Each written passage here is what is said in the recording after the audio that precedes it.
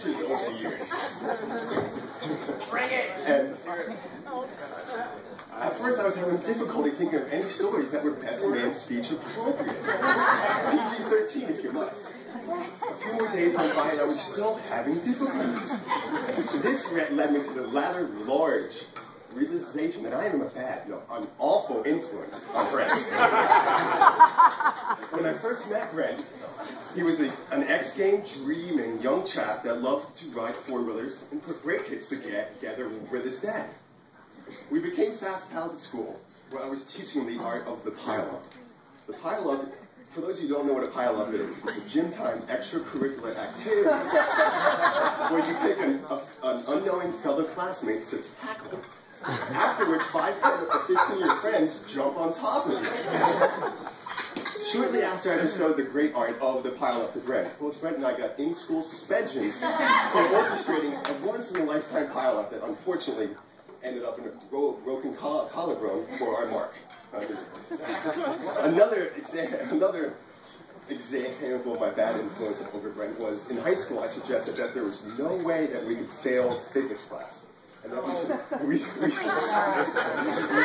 finish the final exam as quickly as possible to stick it to Mr. Hillman, because he was always telling us to take our time. At this point, I did not know my influence over Brent, but he was so sure that he could not fail physics class. He handed the final exam in completely blank. Nothing but his name. As I recall, that did not work out so well for Brent. Actions like these were the exact reason Brent earned his high school nickname of Nasty. The little-known origins of that name came a few days after he had gotten his driver's license. Brent came tearing into the high school parking lot in his burnt toast brown 1979 Monte car. It was a street car. My hand-me-down. My hand-me-down. The music was blaring. His mop of a head was all man-waxed up. He looked a bit like Bo Duke from the Dukes of Hazzard. I know at the time. Dukes of Hazzard was big for us. Nasty! Nasty! Woo!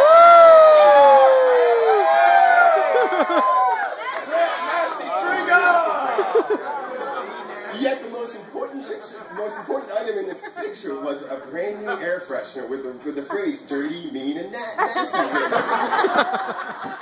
When asked about the air freshener, all Brent said was, "I'm nasty," and it stuck.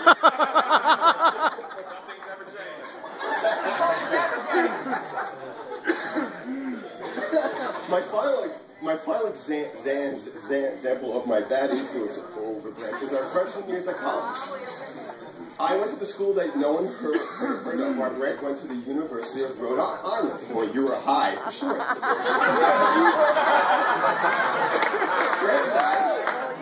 Brent and I would email and talk about how much partying and drinking we were doing. At first, I thought Brent was exaggerating about how much partying he was actually doing.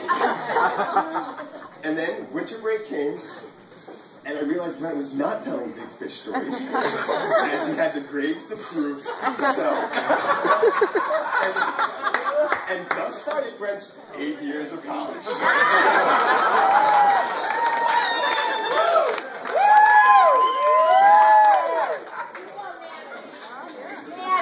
Now, on the other hand, I must speak about the first time I met Monica. Brent and Monica came up for a dear friend of ours' wedding. I'd heard a little bit about Monica from Brent, but nothing prepared me for the real deal. She instantly fit in. She didn't miss a beat. Her sassy personality and great looks fit perfectly with Brent. They were a great couple. Even back then, you could see the seeds of a great life were being planted. Lastly, I want to say Brent has been a great friend despite my bad influence. From pile-ups to having one more beer when he knows he's got places to go and people to meet. Brent and Monica, may good luck always be your friend in whatever you do, and may trouble always be a stranger to you. So much.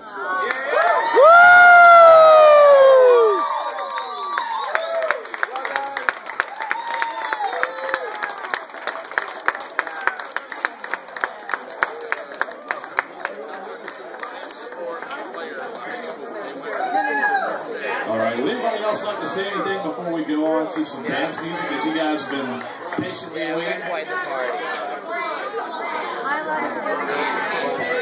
Nasty!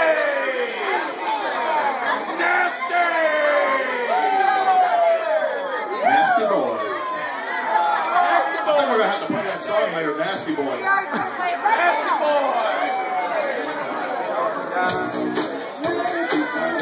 Boy!